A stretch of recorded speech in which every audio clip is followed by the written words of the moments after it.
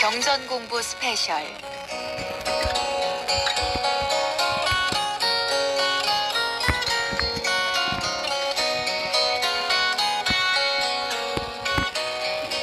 이 시간에는 경전 속에 담긴 부처님 가르침을 배워보는 불교 방송 경전 공부 프로그램을 연이어 보내드립니다. 오늘은 포천 정변지사 용하 스님의 찬집 배경경 강의 함께합니다. 교재는 비움과 소통에서 펴낸 용하 스님 편역 찬집 배경경입니다.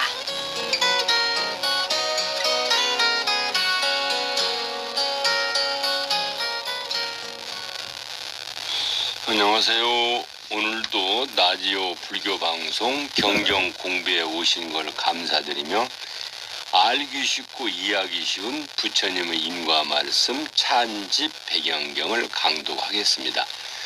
먼저 규경계를 봉독하겠습니다.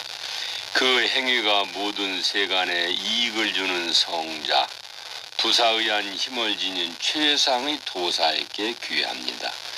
그 행위 부족하면서도 출가하여 무상의 깨달음을 얻은 성자가 공경하는 최상의 법에 귀합니다. 계율행의 공덕을 갖추고 4가지 과유에 이르며 무상의 복전이 되는 성스러운 승가에 귀합니다. 이 3가지 법에 귀함으로 복이 생기고 그 유력에 의하여 모든 장애는 끊어졌습니다. 지난 시간에 이어서 이제 우리가 아귀에 대해서 이야기를 좀 했죠. 이제 아귀, 그런데 아귀에 대해서 했는데 지난번에 빈바사라 왕의 친척들이 아귀가 된 인연 이야기를 하다 말았는데 그 이야기 이어서 하겠습니다. 재산 관리인과 아내는 산보에 대한 신심이 깊었다. 그는 왕자들이 창고에서 곡물을 꺼내와 집사에게 넘겼다. 집사는 1만 1000명의 친척과 함께 음식을 배분하여 부처님이 계시는 승가원에 공양을 올렸다. 거기까지 했었죠. 그럼 이어서 하겠습니다. 그때 사악하고 나쁜 친척들은 아이들이 쌀죽과 여러 가지 맛 있는 음식을 달라고 울고 보채자 승가에 공양 올릴 음식을 아이들에게 나누어 줬다. 그들은 스님들이 공양을 마치고 남은 음식을 가져다 주는 것이 아니고 스님들에게 올리기도 전에 먼저 자기 아이들에게 갖다 주었다. 이 친척들은 점점 탐욕스러워져서 아이들에게 음식을 주면서 자기들도 먹기 시작하다가 나중에는 맛있는 음식을 보기만 하면 먹고 싶은 마음을 참을 수가 없었다. 그 사악한 친척들은 모두 10,000명이나 되었다. 그들은 스님들에게 올릴 음식을 먹어버렸기 때문에 죽어서는 아귀로 태어났다. 삼형제와 1000명의 부하들은 함께 천상에 태어나 천상에서 인간계에서 천상계로 윤회하면서 90일 대겁을 보냈다. 그것은 삼형제가 그때 아라한과를 얻겠다는 서원을 세우고 공덕을 지은 결과이다. 그들이 세운 서원은 단지 아라한이 되는 것일 뿐이다. 나는 이런 영광스러운 자리를 주는데 있어서 편애하지 않았다. 그때 집사는 지금의 빈바사라 왕이고 재상관리인이고 나자가의 위사가는 장자이고 삼형제 왕들은 가섭 형제였다. 그 친척들은 아기로 태어나 이 세계 저 세계로 옮겨 다니면서 여러 부처님이 세상에 출현했을 때도 아기로 있었다. 아기의 수명은 40만 년인 현겁에서 깎구산따 부처님에게 다가가 배고픔을 호소하였다. 우리가 이제 먹을 것을 얻을 수 있는지 말씀해 주십시오. 나의 시대에는 먹을 것을 얻을 수 없다. 내가 지난 후 커다란 땅이 일요자나 솟아오를 때 고따마라는 부처님께서 출현하실 것이다. 그분에게 물어보도록 하여라. 그들은 꼬나 가마나 부처님이 출현하실 것이다. 그분에게 물어보도록 하여라. 그들은 꼬나 가마나 부처님께 출현하실 때까지 기다렸다가 여쭈었다. 꼬나 가마나 부처님께 대답하였다. 나의 시대에는 먹을 것을 얻을 수가 없다. 내가 지난 후 커다란 땅이 일요자나 또 솟아오를 때 고타마 부처님께서 출현할 것이다. 그때 그들의 친척 빈바사라 왕이 될 것이다. 그가 부처님께 공양 올리고 그 공덕을 그대들에게 회양한다면 그대들은 천상의 음식을 얻을 수 있을 것이다. 두 부처님 사이 기간이 그들에게는 내일과 같았다. 부처님이 세상에 출현하자 빈바사라 왕은 첫째 날 부처님께 공양을 올렸지만 그들에게 공양을 회양하지 않았다. 그들은 밤이 되기를 기다려 왕에게 자신들이 모습을 드러내면서 끔찍스러운 소리를 질러댔다. 밤새 잠을 못 자고 무서운 소리와 형상에 시달려 왕은 날이 밝자 사원으로 달려가서 절로 이제 달려가는 거죠. 달려가서 부처님께 어젯밤의 끔찍한 일들을 말씀드렸다. 부처님께서 대답하셨다. 대왕이시여, 92대급 전 부사 부처님이 세상에 출현하실 때 이 아귀들은 그대의 친척이었습니다. 그때 그들은 비구 승가에 올려 할 음식을 먹어 치웠기 때문에 아귀로 태어났습니다. 그들은 계속 아귀로 윤회하면서 깍부산답 부처님, 꼬나 감마나 부처님, 가사빠 부처님께 언제 음식을 얻을 수 있는지 여쭈었고 부처님들은 대답하셨습니다. 그들은 대왕이 공양을 올리고 공양을 회양해 주기를 간절히 바라고 있었습니다. 이것이 어젯밤 그들이 소리를 지르고 난리를 피운 이유입니다. 대왕께서 공양을 올렸지만 그들은 그 복덕을 받지 못했습니다. 부처님이시여, 그러면 제가 다시 공양을 올리고 그 공양을 회양한다면 그들은 그 공덕을 받을 수 있겠습니까? 대왕이여, 그렇습니다. 다음 날 왕은 부처님과 비구 승가를 초청했다. 다음 날이 되자 부처님은 비구들과 함께 왕궁에 도착하여 준비된 자리에 앉으셨다. 왕은 옛 친척들이었던 아귀들도 왕궁에 와서 담장 밖에서 왕이 자신들에게 공양 공덕을 회양해 주기를 잔뜩 기대하며 담장 밖에 서 있었다. 부처님은 신통으로 왕의 옛 친지들인 아귀들을 볼 수가 있게 하였다. 왕은 여러 가지 음식을 올리고 나서 부처님 손에 공덕수를 부으며 말했다.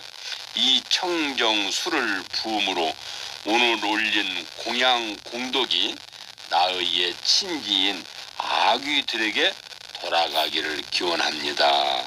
그가 보시 공덕을 친척 아귀들에게 회양했을 때 아귀들 앞에 천상의 음식과 감로수가 나타났다. 아귀들은 음식과 물을 먹고 건강한 외모와 5 감관을 완전히 회복하였다.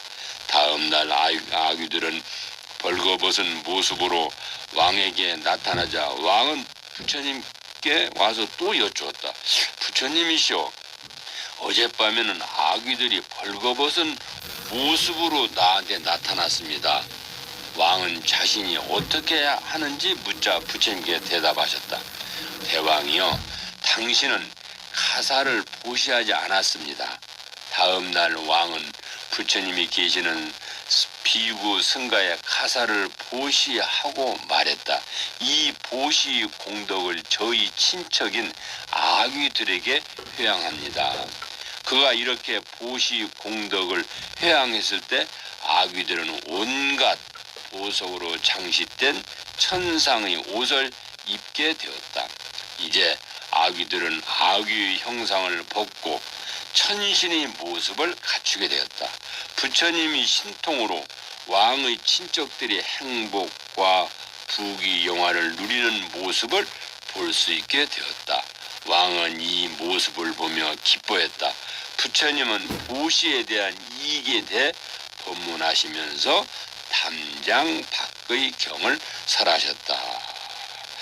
우리가 보면은 이제 이와 똑같이 스님들이 우리가 이제 그 제사를 지낸다, 천도제를 지낸다, 49일을 지낸다, 또 그 예불도 스님들 예불할 때 똑같습니다. 예불할 때도 꼭 스님들 뒤에 원이차 공덕, 보급어 일체, 아등여 중생, 당생극락구, 동견무량수, 개공성불도 이 말을 꼭 합니다. 이게 바로 회양계입니다. 회양계. 그건 뭐냐 그러면 이러한 공덕과 좋은 음식은 나만 먹고 나만 깨달음을 얻을 게 아니라 보이지 않는 악의 세계, 지옥의 세계 모든 중생들도 이러한 공덕에 골고루 가게 해 주십시오 하면서 항상 회양계를 합니다. 그러니까 우리가 이제 사찰에서 스님들이 이제 제사를 지낸다면 그냥 제사를 지내고 꼭 헌식을 합니다. 음식을 조금씩 떠가지고 밖에다 버리죠. 밖에다 버리면 불교를 믿지 않은 사람 생각할 때 아이고 저 뭐하러 저 아까운 음식을 버려. 그렇지만 그렇지 않습니다. 그것은 영가는 이제 그 영혼은 우리 사람은 음식을 직접 입으로 먹어야 배가 부르지만 영혼은 흠양한다고 그래요. 냄새만 맡아도 되고 자기 몸으로 촉감만 느껴도 된답니다. 그렇기 때문에 그걸 갖다 버림으로써 부처님 앞에도 제사 지내는 영가는 당연히 부처님 유신욕으로 와도 영단에서 밥을 먹어도 다른 영가들은 들어올 수가 없죠. 그래가지고 그 영가들을 위해서 스님들이 조금씩 해가지고 헌식하는 이유도 바로 회양계의 공덕을 똑같이 갖자는 겁니다. 그리고 또 우리가 또 그 조금 이따 바깥에 헌식함으로써 또 이제 유정체인 식약 까마귀나 이런 것들도 스님들이 이렇게 그 헌식하는 걸 먹고 배가 부르죠. 그렇기 때문에 스님들이 제사 지내고 밖에다가 그 헌식하는 이유는 것은 바로 이 공덕이 나 혼자만 좋은 게 아니고 여러 중생들 함께 공덕과 지옥 중생들, 악의 중생들도 이런 공덕이 가게 해 주십시오 하는 뜻을 하는 겁니다. 이게 깊은 뜻입니다.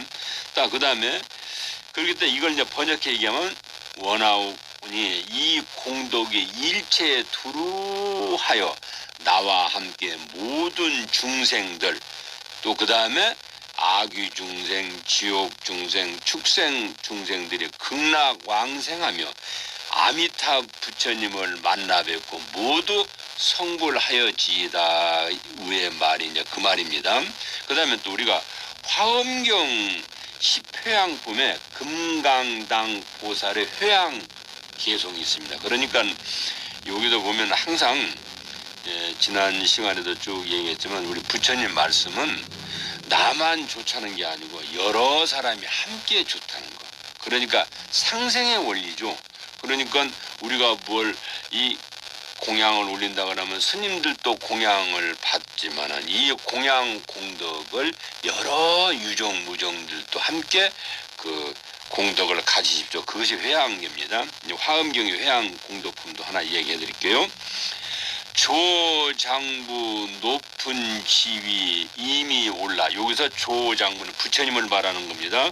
부처님은 이름이 10가지가 있습니다. 그래서 거기서 한가운데 조장부를 말하는 겁니다. 모든 번뇌 떠난 마음 걸림없으며 법이거나 이치거나 분명히 알고 중생 이익 위에 더욱 열심히 닦네. 보살들이 수행하는 온갖 선행이 한량 없고 셀 수 없이 각각 다르나 그 일체를 분별하여 모두 다 알고 중생들의 이익 위해 회항하도다.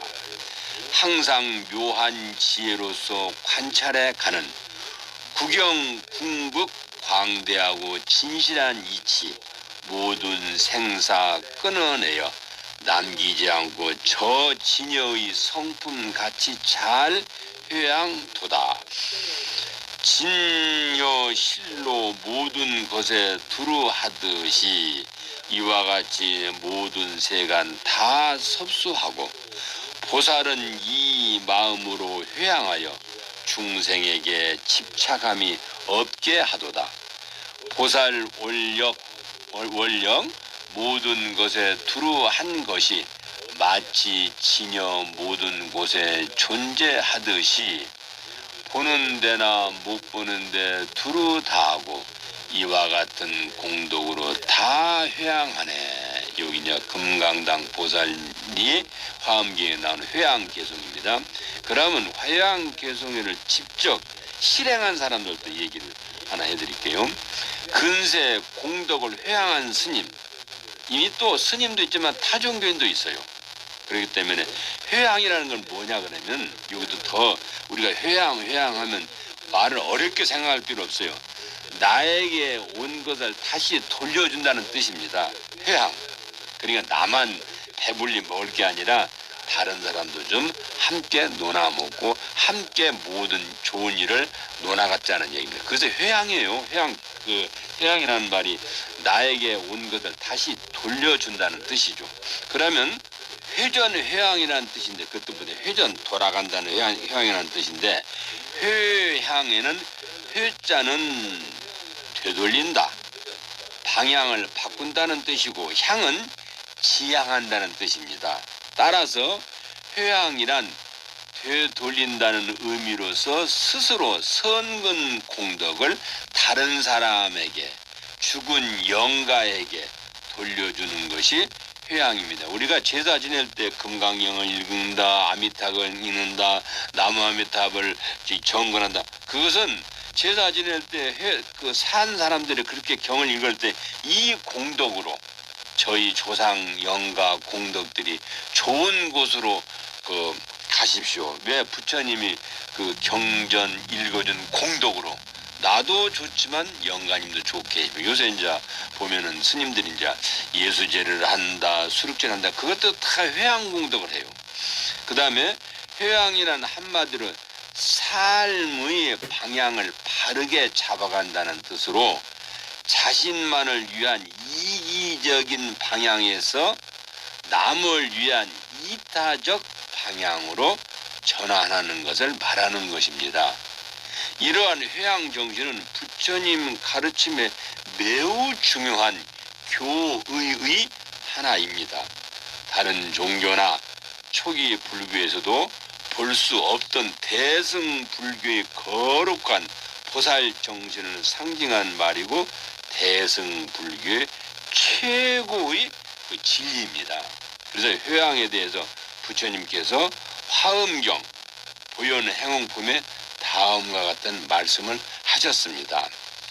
그러니까 우리가 회양품에 보게 되면 모든 것은 자기만 갖지 말고 똑같이 가지라 소리. 이거는 이제 화엄경이냐 또 보현행원품의 말씀을 부처님이 또 간곡히 또 제자들한테 하신 말씀이 이어지겠습니다. 오늘은 여기까지 하고 다음 시간에 뵙겠습니다. 감사합니다.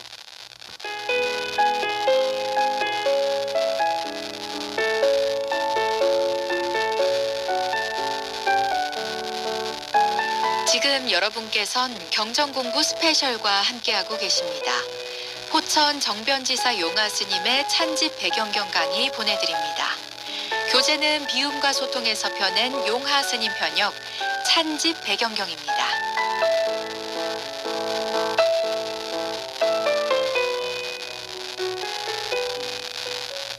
지난 시간에 이어서 화엄경에 나오는 보현회용품 회양에 대해서 말씀드리다 말았는데 오늘 이 시간에 다시 이어서 말씀드리겠습니다. 모두 다 회양한다는 것은 어떤 것인가? 처음 예배하고 공경함으로 중생의 뜻을 수순하기까지 그 모든 공덕을 온 세상에 있는 중생에게 돌려 중생들로 하여금 항상 편안하고 즐겁고 변고가 없게 해 주십시오. 그게 이제 회양 공덕이죠. 그러니까 이렇게 하기가 굉장히 힘들죠. 그러니까 이게 우리가 이런 거 보면은 지난 그 다른 경전에도 말씀드렸습니다만도 티베트 사람들 얘기했잖아요. 티베트 사람들은 그 삼보일배 해가지고 3년 그다음 2년 걸어와가지고 나사의 그 포타라궁 앞에서 회양하면서 누구를 기도했습니까? 하면 그 사람들 얘기했죠. 온 세상 사람들이 평화와 모든 사람들이 평온을 하기 위해서 그 다음에 이제 우리 가족과 우리 나라를 위해서 첫째 세상이 다 편안하게 해서 그냥 자기만 편안한 게 아니라 온 세상이 편안하기 위해서 기도한다는 뜻과 같은 말이죠. 나쁜 일은 하나도 이루어지지 않고 착한 일은 모두 얻어지며 온갖 나쁜 일이 문을 닫아버리고 열반에 이르는 바른 길은 활짝 열어 보인다. 중생들이 쌓아온 나쁜 업으로 받게 되는 무거운 고통의 여러 가지 과보가 내가 대신 받으며 그 중생들이 모두 해탈을 얻고 마침내는 더없이 훌륭한 깨달음을 성취하도록 힘쓴다. 보살은 이와 같이 회양한다는 말씀이죠. 여기서 우리가 해탈이라는 말 자주 나오는데 물론 아시는 분은 아시겠지만 해탈이라는 말 정확히 우리가 짚고 넘어가야 돼. 해탈은 그 해자는 뭐냐면 모든 다른 사람한테 원결과 원한을 다 풀어버리고 모든 집착을 벗어나 버리는 거야. 그러니까 해탈했다는 깨달음을 말하는 건데 우리가 해탈했다면 뭘 해탈했던가? 모든 전 사람한테 서운한 점, 그 다음에 저 사람한테 좀 앙금 마음 먹었던 것 그런 걸 다 풀어버려. 그 다음에 벗는다는 것은 모든 집착에다 다 벗어나 버려. 이것이 내 거다. 이것만은 내가 가져간다. 이건 다른 사람 줄 수 없어. 이런 마음을 다 벗어버리는 거예요. 왜? 모든 것은 변화하기 때문에. 그걸 바로 해탈이라는 건 모든 마음이 집착을 벗어나는 걸 얘기하는 겁니다.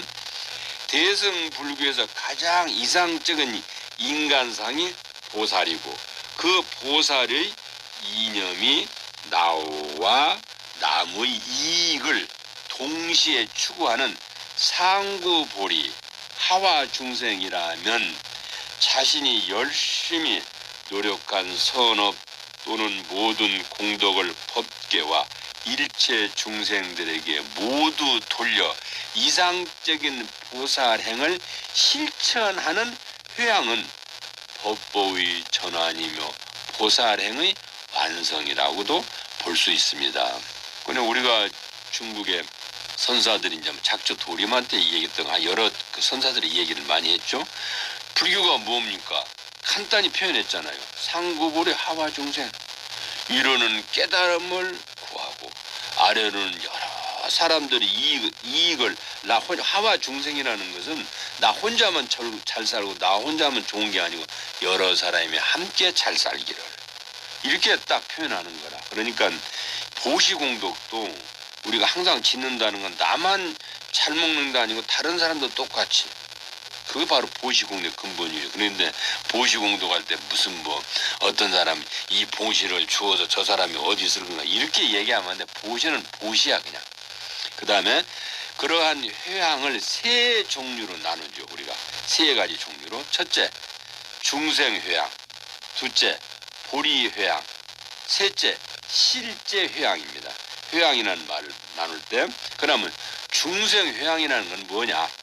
자기가 쌓은 선근 공덕을 다른 중생에게 공덕의 이익을 주려는 것으로서 불보살에 행하는 회양과 영가를 천다기 위해 독경하는 것이 다 포함되어 있는 거예요. 그걸 중생회양이라고 하는 거야. 우리가 중생회양이라는 말은 그 뜻을 아는 분들이야 중생회양이 중생회양은 이러이러한 거다 하지만 실질적으로 중생회양 말만 하지 사람들한테 풀어서 이 얘기를 해줘야 돼. 자기가 쌓은 선근공덕은 다른 모든 중생들에게 이익되게 해주고 또 그것이 또 불보살님이 유신력으로 회양하는 것은 자기만 죽은 아귀 지옥에서 고통받는 영가들도 다 부처님 독경 공덕으로 모든 이고 등락하게 해주는 것이 바로 중생회양이라는 말이죠. 두 번째 보리회양. 자기가 지은 모든 선근을 회양해 보리의 과덕을 얻게 하는 것을 말한다. 자기가 깨달음을 모든 선근 공덕을 회양해가 자기가 좋은 일을 많이 하는 그 사람들이 보리 깨달음이 과덕. 그러니까 우리가 공부하는 사람한테 학비도 대주고 먹을 것도 대주고 집도 살 곳도 베풀어주고 그래야 우리가 그 사람이 공부하는 사람이 깨달음을 갖듯이 깨달음을 갖는다는 거 바로 이제 도를 통한다는 소리고 이제 그렇게 지난번에도 얘기했지만 우리 열반경에서 말하자면 네 가지를 갖춰줘야 된다고 했잖아요. 먹는 거, 입는 거, 자는 거, 그 다음에 약. 이것이 바로 우리 깨달음을 갈 수 있는 스님들이나 공부하는 사람들한테 그런 걸 가져줬을 때 그 사람들은 과덕이라는 그 덕으로 깨달음을 얻는 거예요. 그것이 또 회양공덕. 자기만 가지고 있어야 뭐야.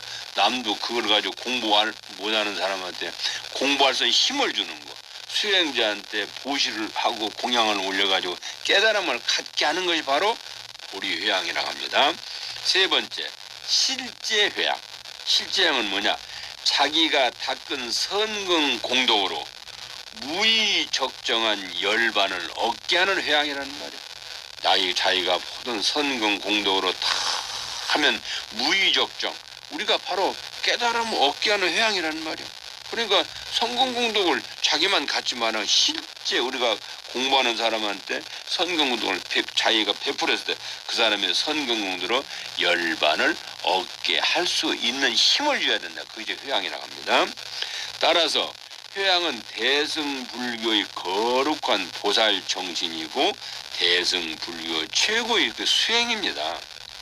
대승불교의 보살 사상 가운데 말법 중생, 하근기 중생들을 해탈을 위하여 자신이 수행 공덕을 끊임없이 회양한다는 사상이 발전하는 겁니다. 그래서 지장보살은 말법 시대에 고통받는 모든 중생들을 위해 자기가 쌓은 모든 공덕을 회양하고 있습니다. 이와 같은 공덕은 곧 우리 불자들도 자신이 복만을 위해 기도할 게 아니라 지장보살의 본원 정신을 닮아 스스로 지은 복덕을 다른 일을 위해 회양할 줄 알아야 함을 가르치는 겁니다. 그러니까 우리가 지장보살은 우리가 지장보살의 위대성을 얘기할 때에 지장보살은 자기가 깨달음을 좀 늦추더라도 지옥 중생을 건지기 위해서 지옥 문 앞에서 계속 그 사람들을 구제하고 그 사람들을 선한 몸을 갖게 하고 지장보살을 그 사람들을 지옥에서 건져주고 이러한 힘. 이게 이제 우리가 지난 시간에도 얘기했지만 우리나라의 그 신라 스님 중에서 김규곽 스님 쿠화산 그러면 지장보살의 행을 한 사람이 바로 우리 신라의 김규곽 스님이에요. 그래서 그쪽 사람들은 김규곽 스님을 지장보살 화연으로 믿고 지장보살 상에 기도하고 반원합니다. 이런 걸 볼 때 우리나라 사람들이 얼마나 중국에 가서 좋은 일을 많이 했습니까? 중국 사람이 좋은 일 안 했다는 게 아니고 우리는 그러한 힘을 가져야 돼. 신라에서는 김구곽 스님 같은 스님이 직접 구화선에 가가지고 지장보살 화연으로서 추광받고 있잖아요. 그걸 말하는 거예요. 그 다음에 우리가 보면은 우리 그 사홍선은 우리가 천수경 읽을 때 하나 끝머리 사홍선 읽잖아요. 그 다음에 또 우리가 큰 법회 끝날 때 사홍선으로 회양하잖아요. 여기 사홍선은 가 없는 중생을 다 건지오리다. 그 다음에 중생무변도라는 것은 회양심이 표현이고 대승문의 기본 정신 자리 이타 나나 남이나 똑같이 유익중생 여러 사람 중생들 이익을 주는 것을 똑같이 회양한다 이거지. 그럼 여기서 이거는 이제 자리이타나 거나 자리이타 했으면 왜 무슨 유익중생이라는 말을 왜 했냐면 중생이라는 말을 지난번에 얘기했더니 중생이라는 말은 우리 사람만 말하는 게 아니에요. 생명체가 있는 것 전부 다. 그 다음에 소도 되고 말도 되고 모든 생명체가 있는 조그마한 벌레까지도 그 벌레까지도 나의 좋은 공덕을 그 중생까지도 함께 회양한다는 맥락이 말입니다. 그 다음에 자리 이타라는 화엄경 보용품에 또 이게 또 나오는 말이거든요. 그럼 자리란 스스로 이롭게 한다는 뜻으로 노력하고 정진의 수행 공덕을 자신이 누리는 걸 가리킨다. 이에 대해 이타란 다른 이의 이익을 위해 행동하는 것을 뜻하며 자신의 이익뿐만 아니라 중생 구제를 위해 노력하는 공덕을 말한다는 이 말입니다. 그래서 따라서 자기 자신을 아직 제도하지 못하면서도 자기를 구하기 전에 먼저 남을 구제하겠다는 대승적 원력을 말하는 보살 정신을 나타내는 겁니다. 회양공덕이요. 그러는가 하면 유익중생은 중생을 넉넉하게 이익되게 하면 나도 저절로 좋아진다는 말이죠. 이는 자리나 이타와 같은 말로서 나도 이롭고 남도 이로워야 되고 남이 잘 되도록 도와주고 남이 잘 돼야 나도 잘 된다는 뜻으로 그것이 바로 동체 대비의 정신과 같은 맥락입니다. 그러니까 우리가 보면은 모든 건 자기만 잘 산다고 되는 게 아니에요. 그럼 나와 남이 따로 없고 나의 고통마저도 공감하는 무한한 연민을 나타내고 있다. 이 말은 사타 불의 정신에 근거하고 있습니다. 그리하여 대승보살은 자신의 오도 깨달은 오도를 뒤로 미루고 우선 중생을 제도한다는 실행을 이상으로 하고 이러한 중생구제의 염원은 발심과 더불어 다짐하게 되는 거죠. 그래서 이 통도사 불지종자 통도사에 가면은 들어가는 문이 이제 몇 개 해탈문 뭐 여러 가지 문이 이제 저기서부터 그 문이 이루어져요. 그런데 거기 보면 통도사는 불의문이 있어. 불의문. 불의문은 뭐냐 하면 둘이 아닌 문. 식구가 말하자면 생과 사가 둘이 아니다. 차타가 둘이 아니다. 뜻이 여러 가지 많은 뜻을 내포하고 있죠. 그래서 이게 차타가 불이라는 말도 나와 남이 둘이 아니다는 그 정신. 이와 같이 남에게 베풀 마음을 원으로 세우고 선근과 공덕을 쌓는 것이 회이고 쌓은 선근과 공덕을 베푸는 것이 향이다. 그래서 회향입니다.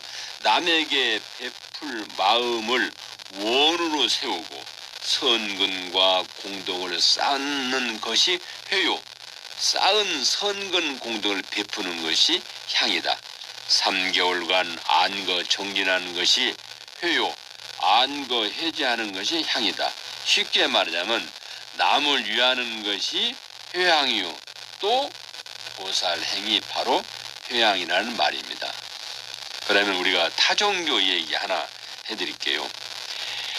타종교에서 회향이 분명한 보살행을 실천한 사람은 타종교이지만 보살행을 실천한 사람은 데레사 수녀, 그 사람이 보살행을 실천한 분이라고 사람들이 얘기를 하죠. 그 사람은 인도에서 마더 데레사로 불리는 데레사 수녀인데 그녀는 유고슬라비아의 알바니아계 가정에 태어났답니다. 1928년 아일랜드 로레토 수녀원에 들어간 뒤 수녀의 품순을 받았겠죠. 인도 이제 우리들은 옛날에는 캘커타라고 했는데 캘커타가 아니고 콜카타라네. 콜카타. 그네 콜카타 주에 빈민가에 살면서 세인트 메리 고등학교의 교사와 교장을 역임했답니다. 테레사 수녀님은 일생 동안 콜카타의 빈민가 최고 가난한 데 살면서 가난하고 병든 사람을 위해 구호와 봉사와 희생의 삶을 산 거죠. 그녀는 지금 이 세상에 없지만 그녀의 봉사와 희생은 영원히 기억되죠. 그 말 중에 내가 가진 최고의 것을 주라. 데레사 수녀의 말입니다. 물론 그것은 결코 충분하지 않을 것이다. 그래도 최고의 것을 주라. 내가 가는 모든 곳에 사랑을 나누어 주라. 내 집부터 시작해라. 자식에게 사랑을 주고 남편과 아내에게 사랑을 주고 이웃에게 사랑을 나누어 줘라. 이게 데레사 수녀의 말입니다. 그러니까 우리가 보면은 흔히 보면은 남한테 잘하고 왜 자기 집에 자기 가족들은 잘못해. 그것도 잘못된 거라. 자기 가족이 먼저라. 자기 가족이 잘 자기 부인이나 애들을 잘